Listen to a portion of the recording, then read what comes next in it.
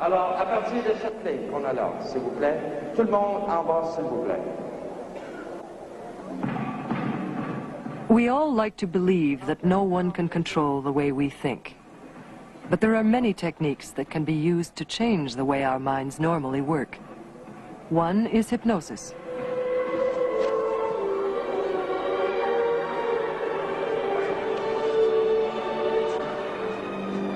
Respirez profondément en laissant aller simplement votre imagination. Anyone can be hypnotized, but only if they want to be.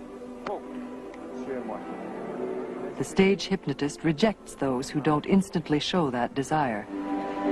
Respirez, respirez.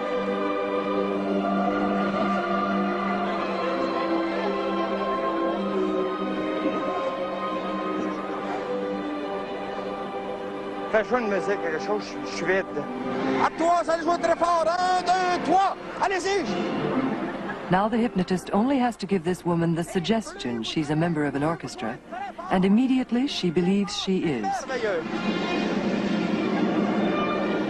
Levez-vous bien debout et battez bien la mesure. Another suggestion, and the orchestra member becomes the conductor. Et ça va! In trance, people seem so easy to manipulate. Mademoiselle, battez bien la mesure. I'm going to take your arm and just put it there. You can only be hypnotized if you believe in the power of the hypnotist. That's just fine, and you can just allow your eyes to close. You must accept him as an authority figure. As you take Different people will accept different authority figures, depending on their needs and value systems. and there's some This small- man would never have faith in a stage hypnotist, but he's ready to believe in a doctor. You may begin to know, And he wants to be hypnotized to get rid of his migraine headaches. or maybe it's a sensation of warmth.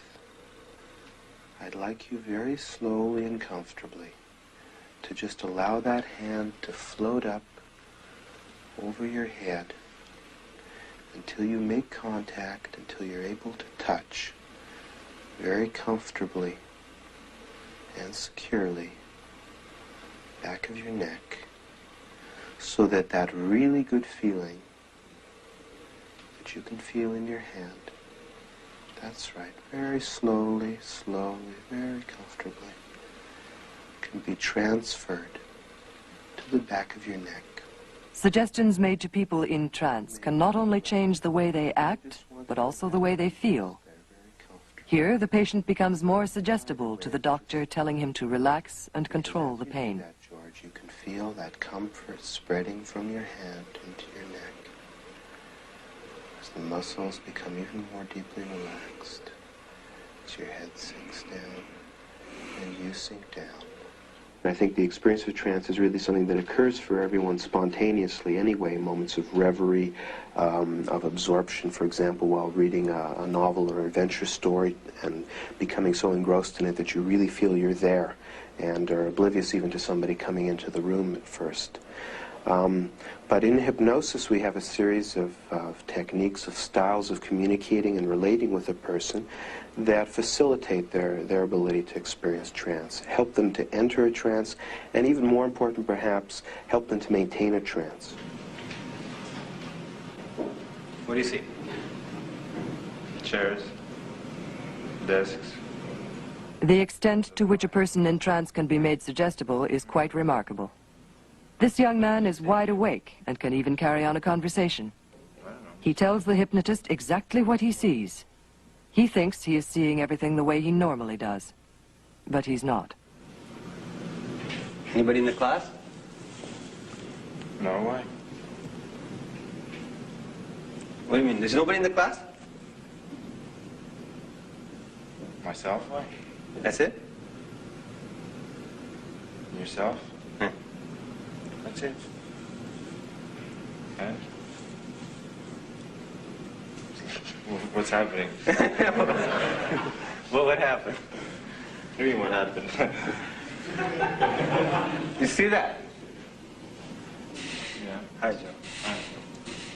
There's nobody in the classroom. You realize that? Yeah, so? So what are you sitting here doing? Talk to you. Talking to me? Okay. It's time to go. Where? home, I suppose. It's finished. You know? But you can't go out of that door. You know that? Why? I don't know why. Try it.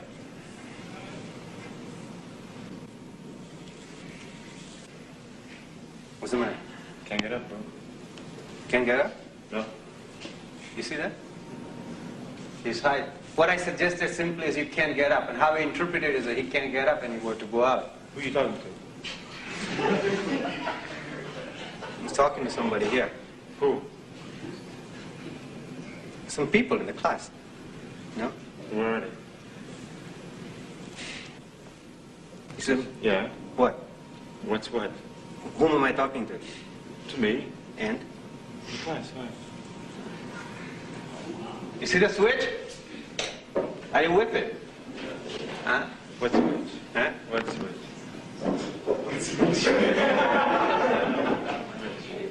You see anybody? No, why? Now what is getting him in and out of it? Can you figure it out yet? Yeah. Huh? If I, what's this? Now what's this movement? This means he's going into that heightened state of suggestibility. It's a non-verbal clue. That means he's out. Hi, Jay. Hi. You see people? Yeah, why? Okay. What do you see? I see the classroom, why? What? Huh? What did you say? What? You said something. I don't remember. What is it? See how swiftly he passes from one state of consciousness into another. Huh? Hi. What's happening? Hypnosis is only one technique to put people into the suggestible state of trance. There are other methods that don't need a hypnotist.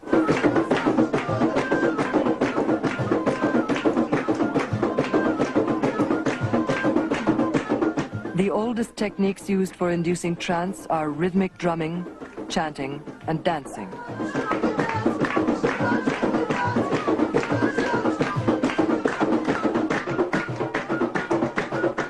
Early in the history of every culture, it has been discovered that if you overload the senses, the stress will disrupt the way the mind normally works.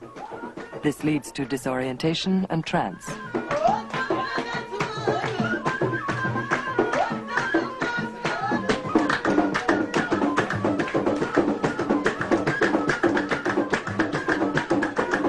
Just like someone hypnotized, these Moroccan women no longer control the way they think. In the trance state, they may have visions which they interpret as instructions from gods or spirits. Or they may receive what they believe to be powers of prophecy or healing.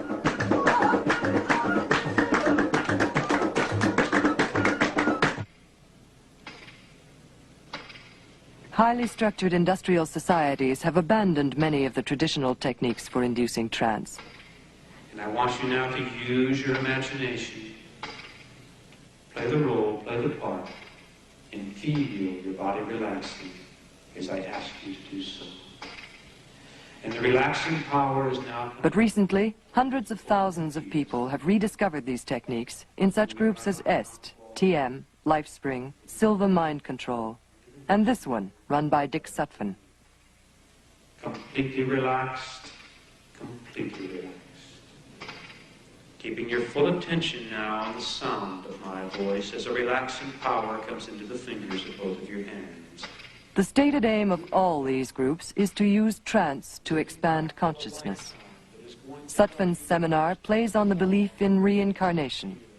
He suggests that while in trance, these people will travel back to a previous lifetime and to events in that lifetime which are the cause of a present-day personal problem. Closer now on the next count. On the next count, you will reach the end of the tunnel. You will step out and you will see yourself at the age of 15 in a previous lifetime. Letting go, moving backward, number 1. To induce trance, Sutphen uses a combination of techniques. First, the tone of voice and delivery of a hypnotist, then the element of stress. Instead of drumming and chanting, he plays a repetitive electronic sound which he gradually increases in volume.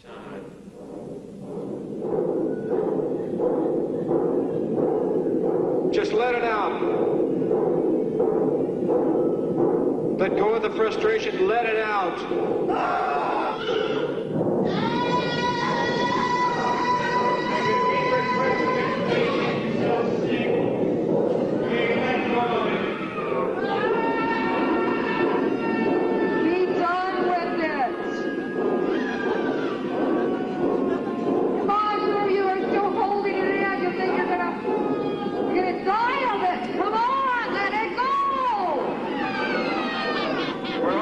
Do this session once. If you want to let go and you're not doing it, let it out.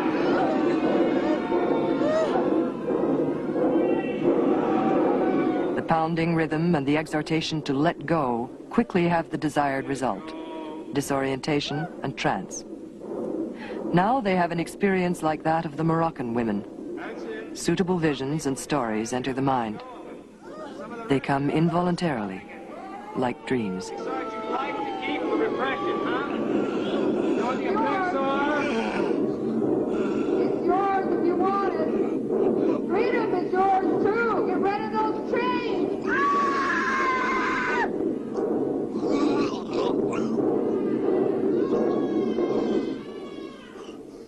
Okay, now let go. Let go. Let go. Just begin to completely let go. Breathe deeply. You're letting Whether these people actually have visions of a past life is not the point. They believe they do. They believe they have pinpointed the root cause of a personal problem, and perhaps thinking they have found the cause will help them overcome it. For some reason, I had said something that betrayed the tribe. Afterwards, each person describes what they saw while in trance. They were leading me up this these stone steps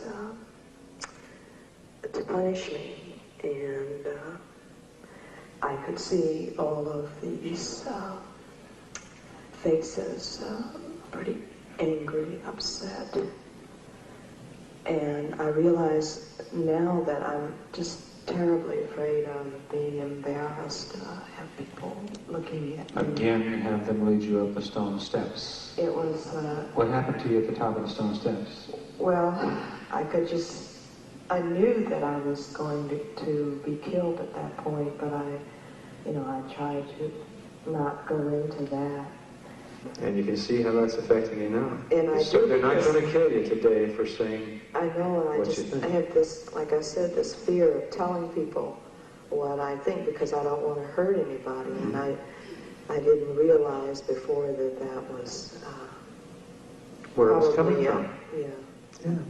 Every single thing that we have going on for us, all of our negative feelings, our hang-ups, our fears, they're all coming from some event in our past.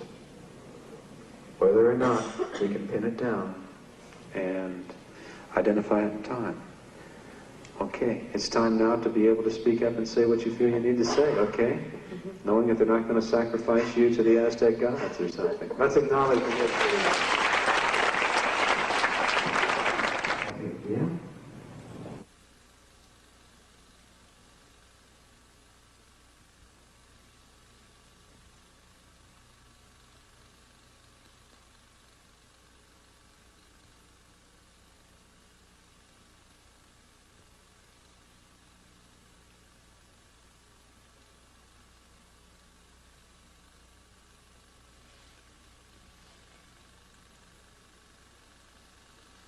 I've never been to a psychiatrist before. Well, Eleanor asked me to see you to see if I could help you. Maybe you could tell me what the problem is.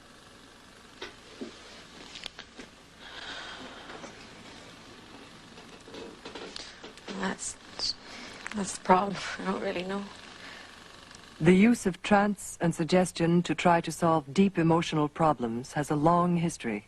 Psychiatry started exploring these methods in the 19th century. Charcot was interested in the psychiatric disorder called hysteria, and he began using hypnosis to command away symptoms. Freud went and studied under him. He was highly impressed by the showmanship of Charcot and how he could suggest away symptom in his patients, and he started to use hypnosis. But then he perhaps was the main originator of the idea that if you use direct suggestion and commanded away symptoms, well, they might temporarily disappear, but they would come up in another guise. You would command away that paralysis, but in a month's time the patient would be psychotically depressed or something of that sort. So he began to see or feel that direct suggestion and commanding away symptoms didn't provide any long-term answer to the patient's conflicts. And then he began his talking cure, his free association process and non-directive approach, and digging out stuff rather than suppressing it. I guess I feel I'm at a bit of a standstill. And I don't know which direction to go. In this kind of therapy, unlike hypnosis, the doctor makes every effort to avoid telling the patient what to do. Instead, she is encouraged to talk about her problems so she may come to a deeper understanding of their causes. I feel like I'm very alone. But even though there is no hypnotic trance, no direct commands, the doctor's influence can still be very strong. When I was saying about our ideal in Western non-directive psychotherapy is not to use suggestions. And some people say that we're just fooling ourselves when we say that there's as much suggestion going on in non-directive therapy as there is in this kind of therapy I just describing. I've disappointed a lot of people. Disappointed people? Yeah, I think so. Though not in trance, this patient is under stress and emotionally overwrought. And she is in the presence of an authority figure she trusts and believes. In this situation, even though it is unintended, suggestions are almost certain to pass from doctor to patient. Yeah, because I had It can happen in subtle ways. The tone of voice, body language, how a question is asked. You felt that you shouldn't have had the relationship?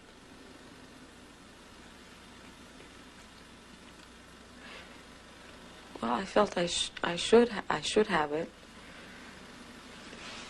but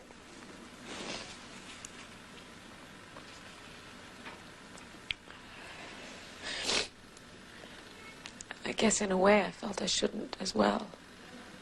Almost at the same time, I thought both things. Why shouldn't you have had it?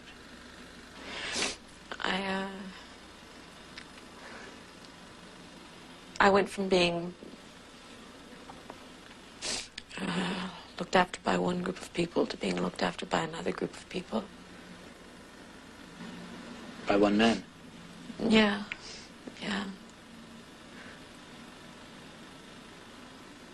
Perhaps that was wrong. So far, we have seen that people can be suggestible when they are under emotional stress and take indirect suggestions, which may have a long-lasting effect. And we have seen people become suggestible when in trance and take direct suggestions, which change them for a short period of time. Now we will look at techniques which can be used to go much further, to change a person's fundamental belief system and change it for life. His name is Bhagwan Sri Rajneesh. Thousands of people from all over the world come to him in Pune, India, to become his disciples, his sannyasin. They come to listen to a doctrine which can lead to a new way of being. Rajneesh knows that it is easier to change people if you remove them from their normal environment and place them in one which you control. To maintain a stable sense of personal identity, every one of us needs continual feedback and reinforcement from friends, family, and the society around us. But here the sannyasins stay in a commune 24 hours a day, surrounded by new friends, a new family, a new society. They all wear clothes of orange and are given a new name. All of this weakens their sense of former identity. Now they are told to look at themselves afresh, using one-on-one therapy sessions and hours of meditation. It forces you to encounter yourself, your fidgetiness, your restlessness, your ugliness, your madness. It forces you to see all rubbish that you are carrying within yourself. And that is one of the most essential steps. If you want to go beyond anything, first you have to encounter it. Without encountering it, there is no transcendence.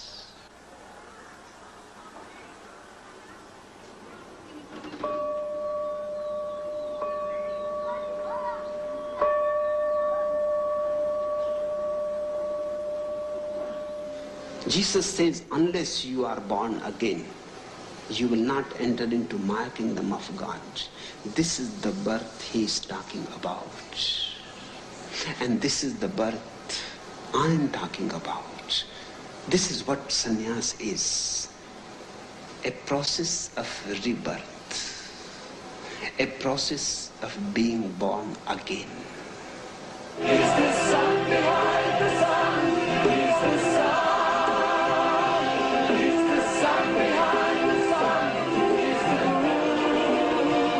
A complete change of environment and personal habits is key to any personality change.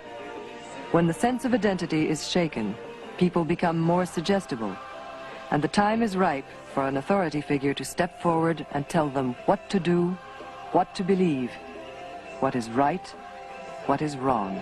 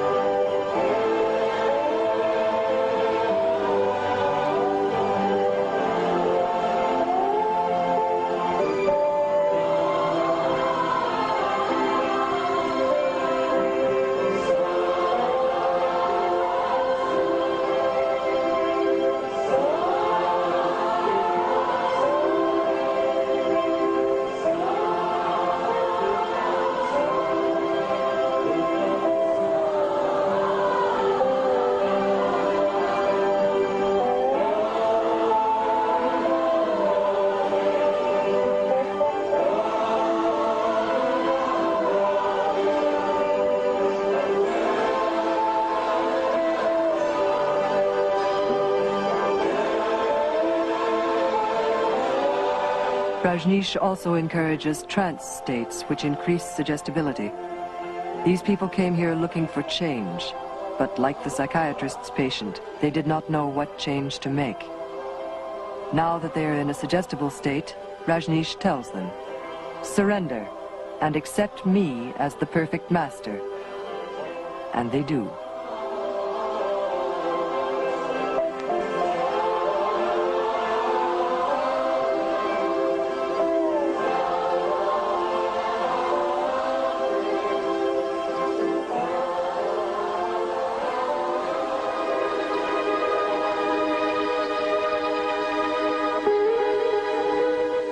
Don't miss this opportunity.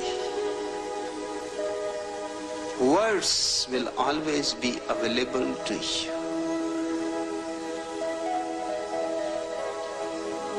But to be in communion with a living master is a rare opportunity. It happens only once in a while. God is the unknown, not only the unknown, but the unknowable. Come. Again and again I say come, because I may not be here for long.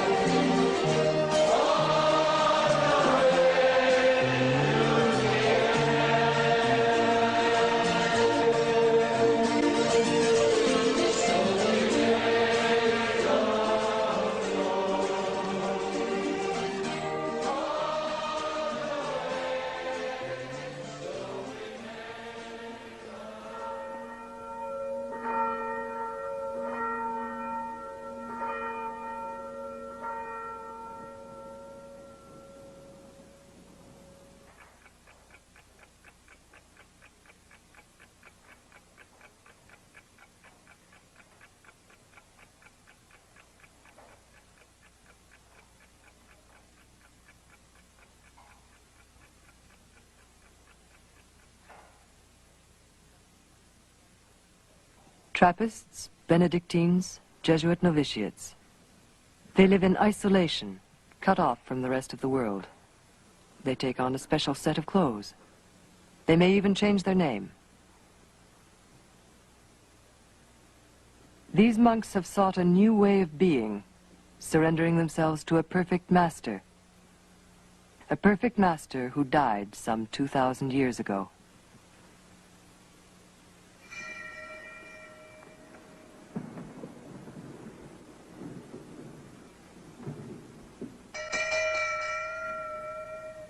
Catholic orders not only control the physical environment, they also control the use of time. A good example can be seen in the training of a Jesuit. We got up in the morning at 5 or 5:30. We had a very short time to get dressed. We then went to a visit in the chapel. We then meditated for almost an hour. We then went to a place called the ascetory, which was just a big room with desks, and we wrote down some thoughts as a result of the meditation, a review of meditation.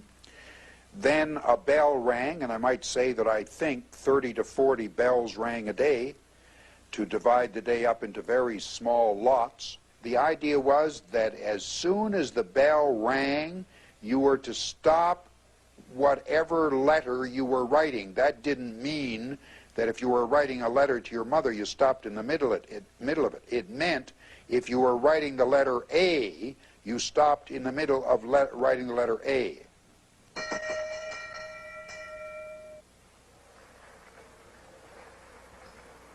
Rajneesh has to provide an exciting, almost orgiastic atmosphere to attract the followers he then converts. These monks don't have to be converted. They make the decision to surrender their lives to Christ before entering the order. Because of this commitment, they are more willing to accept stronger controls over the environment, not only the stringent control of time and space, but also abnormal restrictions like the rule of silence and the prohibition of sex. The novice, faced with this carefully controlled environment, must change. His old ways of thinking do not apply in this strange new world. He needs a new way of thinking, and his superiors are the only people available to tell him what that new way of thinking should be. The Jesuits use an extreme form of environmental control to build sufficient stress in the novice to bring him into a state of suggestibility. They don't use drumming or dancing. They use silence. 30 days where all speech is forbidden and where meditation lasts several hours each day. Every waking moment is devoted to the teachings of Ignatius Loyola, the basis of the Jesuit faith. Your mind was focused on thoughts about God, about your purpose in life, about the 4 last things, about birth, death, judgment, hell, heaven. Now, you know, take 30 days of rather intense thinking and, quote, praying, unquote, about those things, and you're bound to undergo at least a temporary change.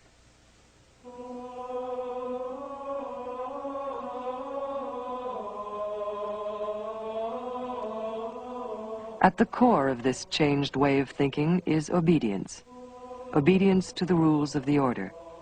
And above all, obedience to the head of the order, an authority figure you must obey, because he alone can show you the true path to Christ.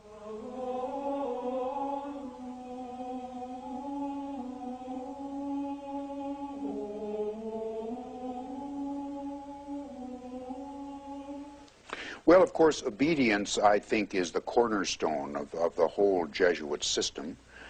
And it was made clear to us that our immediate superior, who in the novitiate would have been the master of novices, was there in the place of God, and that we were to react to him without the slightest hesitation of any kind of questioning. It was to be unquestioned obedience. Rajneesh and the Catholic Church can justify their methods by telling their followers it is God's will. The reward they offer is that change will lead to spiritual enlightenment. But what techniques can be used by groups more interested in worldly power than in saving souls?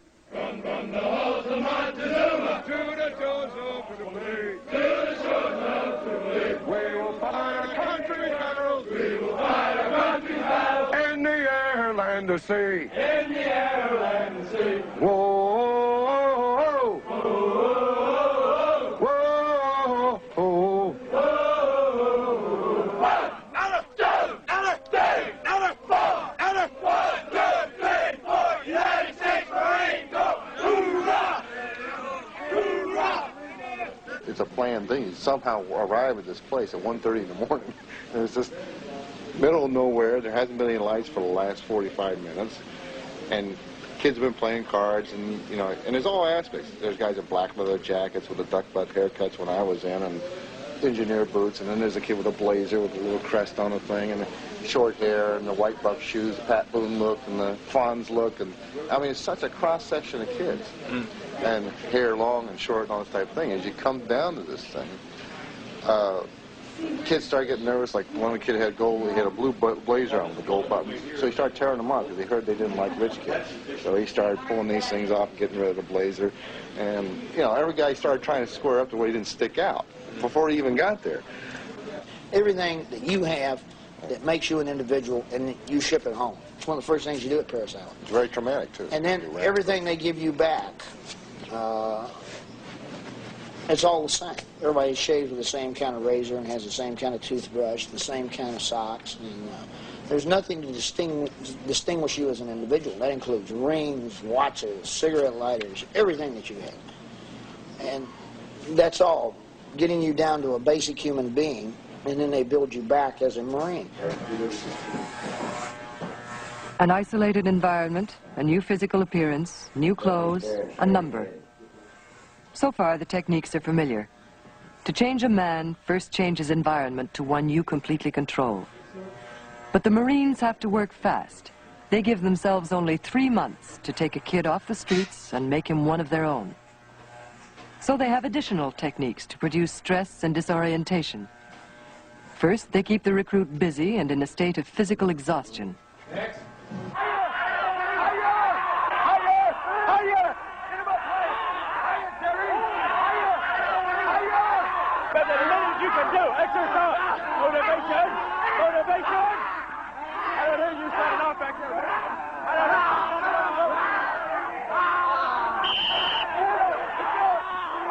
Another technique is the threat of brute force.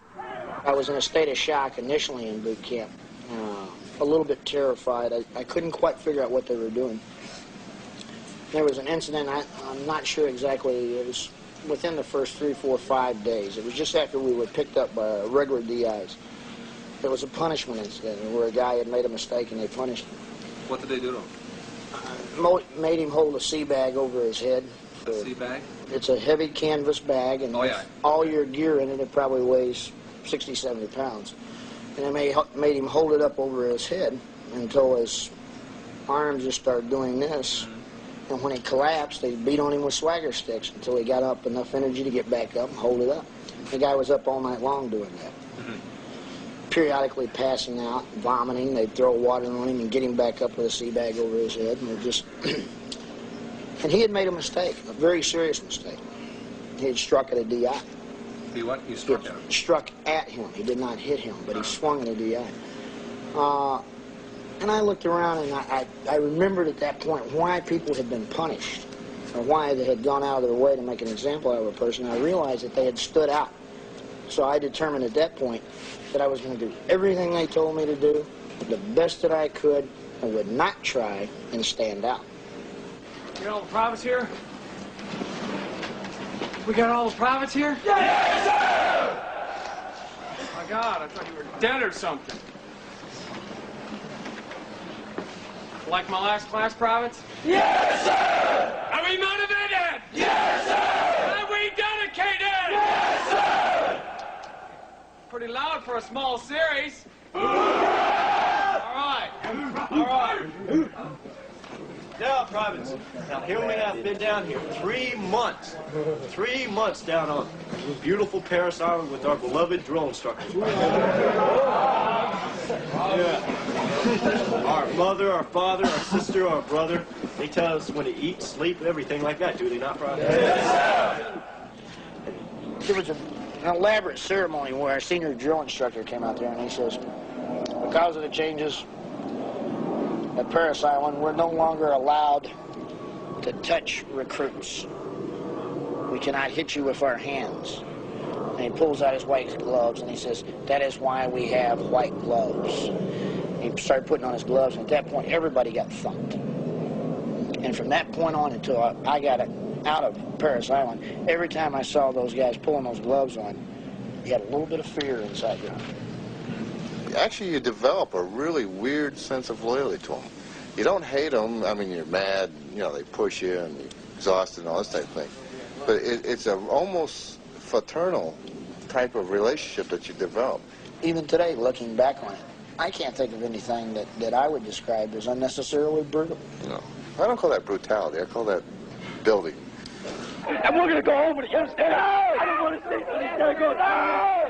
I want you to get out there. I don't want you to beat them down there going for us. I want you to get on top of them. I want these people to stick on the road down there going China, you understand? Yes, sir! Over there. Go, Billy!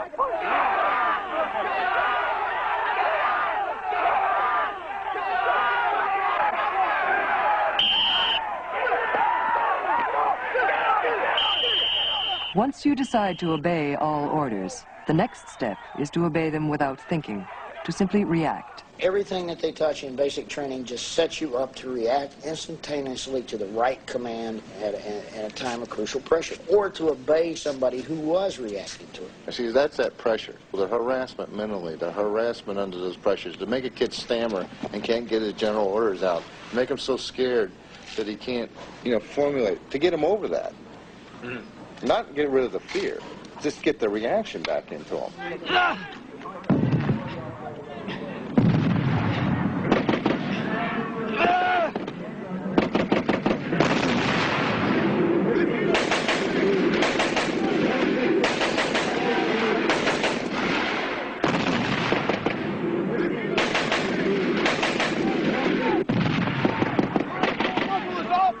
Get it out of the dirt!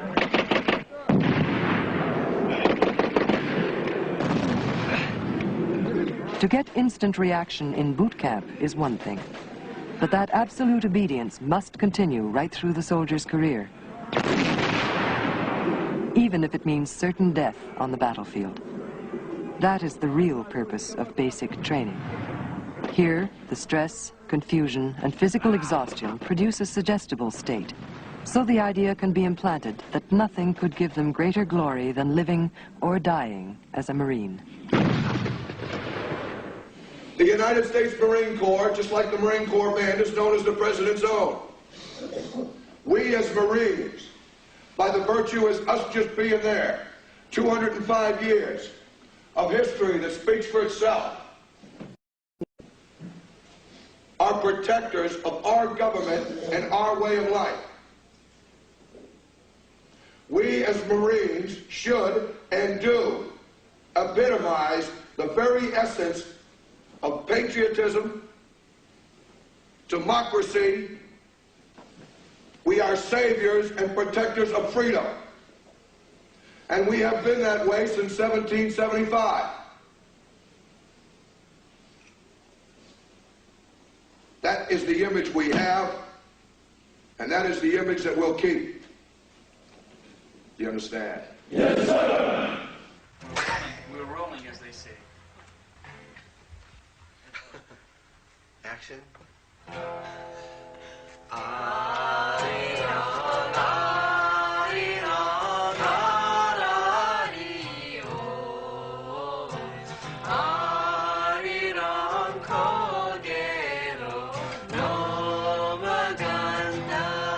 So far, we have seen techniques for changing people who have willingly joined a group with prior knowledge of the aims of that group. But is it possible to change people who have no desire to join and who don't know the group's purpose? This is the task of the organization these three young people belong to, the Unification Church. Its members are more commonly called Moonies.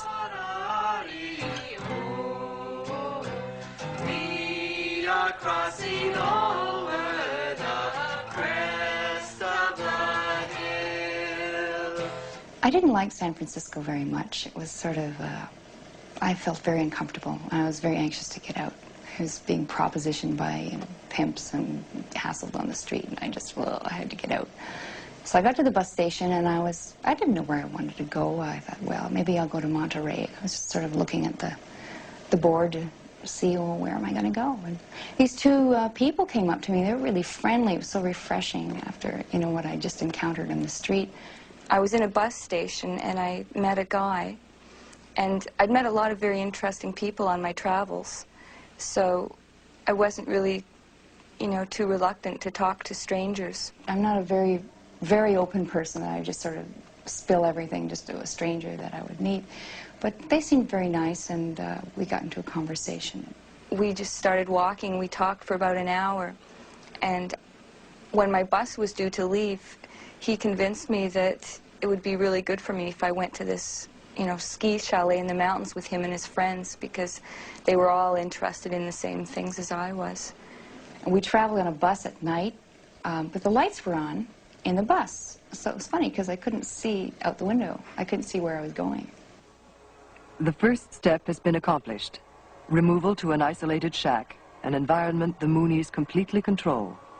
I was rather tired. I'd been traveling, and I was, you know, I wanted to sleep.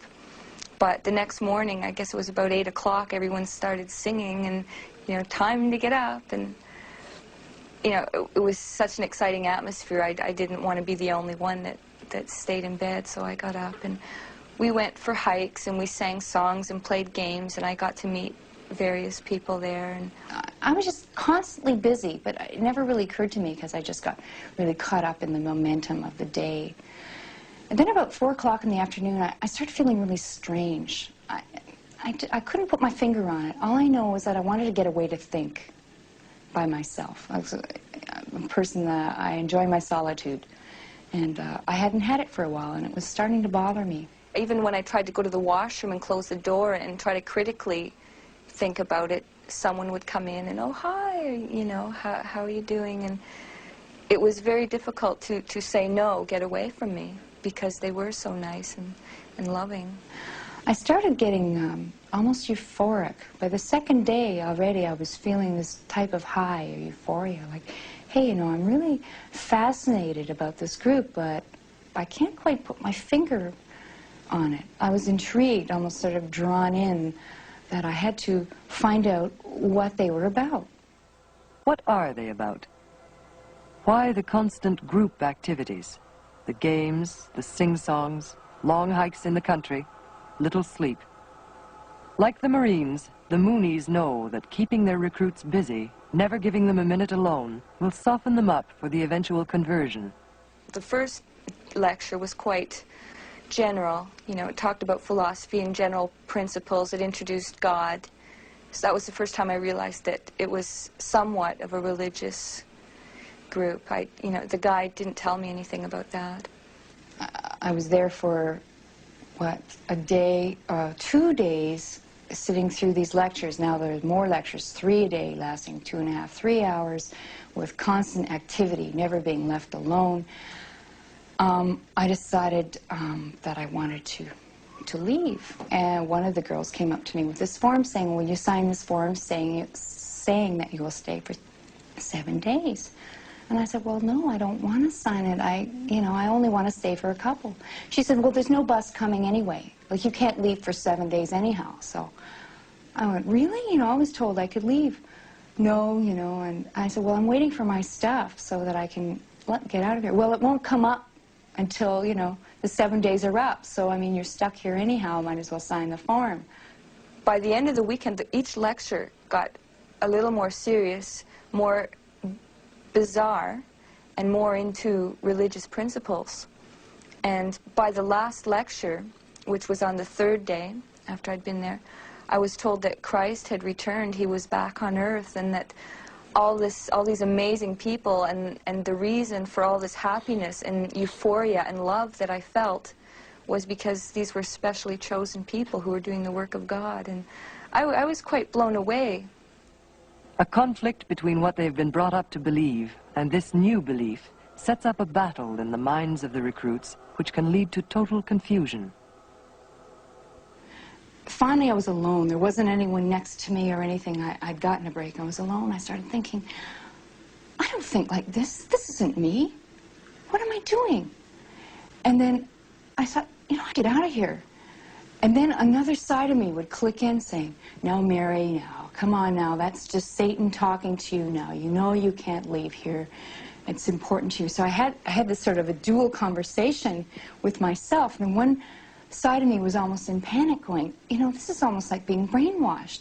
But to me, the only thing I knew about brainwashing was, well, they lock you up in a cell and they beat you and use torture and that kind of thing. This was my understanding of what brainwashing was. I had no understanding at all. In such confusion, it is natural to seek help from others. The only people to turn to are Moonies, and they're ready to exploit your suggestible state. And there would be a lot of intensity on their part, saying, please, God, let her feel you and come to her, and I pray that she will have this experience. So there was all this suggestion that I should feel it, feel God, and everyone else seemed to feel God, so it was, you know, I thought, well, you know, it's got to happen sometime. And during this prayer, I just broke down and I cried for, I don't know, it was a long, long time, and everything went black, and it was just like a breakdown of everything. And I did feel something, and I interpreted it as being God. Describe it. Yeah, the whole thing. It was a lot of pain I felt. It was complete pain, and they said, well, that's God's suffering heart. God has been suffering for humanity for so long, and He's letting you feel that. And it was such a deep, intense experience that I thought, well, this must be God. This must be what I'm feeling. So after it was all over, I felt such a sense of euphoria. And from that point on, everything was different. I was much more peaceful. I felt less confused.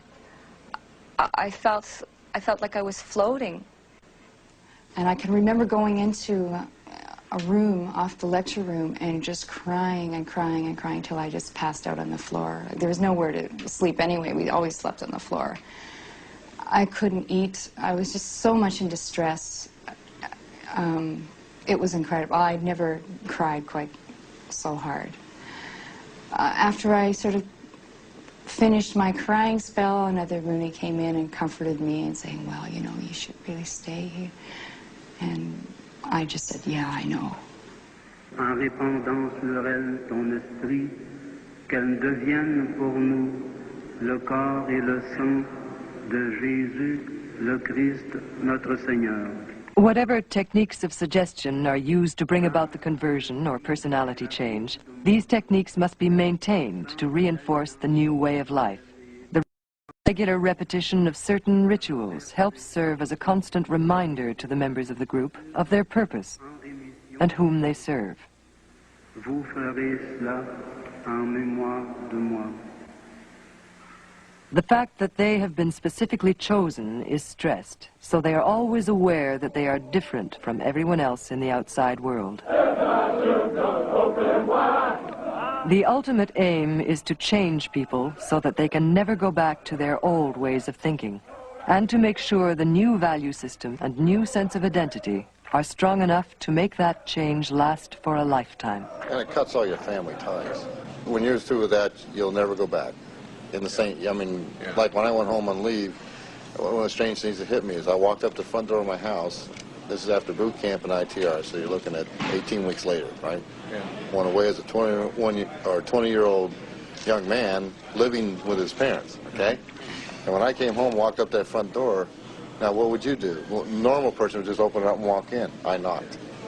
And it was a different, that's it, you're cut. There's a lot of little catchwords and phrases that Marines use. For instance, there's no such thing as an ex-Marine. We're former Marines. And all that stuff is drilled into you, and you believe it. I've been away from it since 1969, and I still believe it. You're still a Marine. I'm still a Marine. An authority figure is the key to the whole process. Members of the group must come to believe that that person and that person alone can give them what they need. Without a living master, no method, howsoever beautiful it is, works. In fact, it is the master, his presence. That is the real thing, not the methods. With an alive master, everything works. With a dead master, nothing works. It is not the methods, it is the master, it is the man behind. It is the golden touch, the magical touch of the master. It is his charisma that works. Being with a living master is what works. The group must be made to feel that they are always right, and anyone who disagrees with them is wrong, or better still, evil. After I'd had this breakthrough, they finally allowed me to get away and be alone. And when I did, I felt very frightened. And a car drove by, and I felt like it was trying to run me over. I saw a black cat walk across the street. Normally, that would be quite a simple thing, but I was afraid. I felt it was Satan. They had me believing that Satan was everywhere. I felt that he was in the car. Now that I'd found God, they told me that Satan would try to do everything he could to pull me away from the group. So I got really scared, just this car and the cat, and I thought, this is it, I'm going back to safety, to where God is. So I immediately ran back to them, and they were my family from that point on. By the fourth week, I was starting to feel some sense of almost a military type of feeling, because there was a lot of songs we would sing about how we're going to fight Satan and fight for God and all this kind of feeling.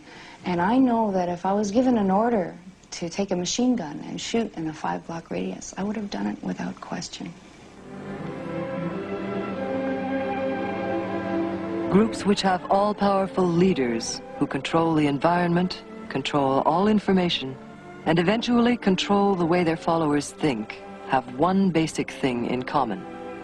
They have found people who are willing to take that essential first step of surrendering to an authority figure they hope has all the answers. Throughout history, many people have taken that first step, sometimes joining a small group, sometimes a large group, and sometimes a group that engulfs an entire nation.